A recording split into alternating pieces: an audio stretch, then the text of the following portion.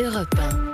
Écoutez le monde changer. Le journal Julien Pierce et Jérôme Lacroix. Médecins, scientifiques, responsables de laboratoires, une trentaine de personnes, les principaux acteurs de la recherche en France, réunis cet après-midi à l'Elysée, convoqués par Emmanuel Macron pour un état des lieux sur la progression du coronavirus, mais aussi pour freiner sa diffusion. 13 régions sont désormais touchées, 285 cas confirmés depuis janvier, 4 décès et 15 personnes hospitalisées dans un état grave. Ça, ce sont pour les chiffres. L'épidémie va continuer de s'étendre, préviennent les autorités. Le pays ne devrait pas échapper au passage au stade 3 du plan de lutte. Le stade épidémique, c'est-à-dire un virus transmissible partout sur le territoire.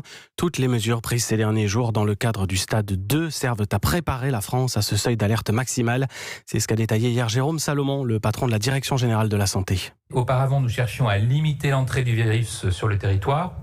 Désormais, notre objectif consiste à ralentir la propagation du virus en protégeant les zones non ou peu touchées. Freiner cette diffusion, c'est atténuer l'impact sur la population lors du passage au stade 3. Le pic d'épidémie en sera d'autant limité.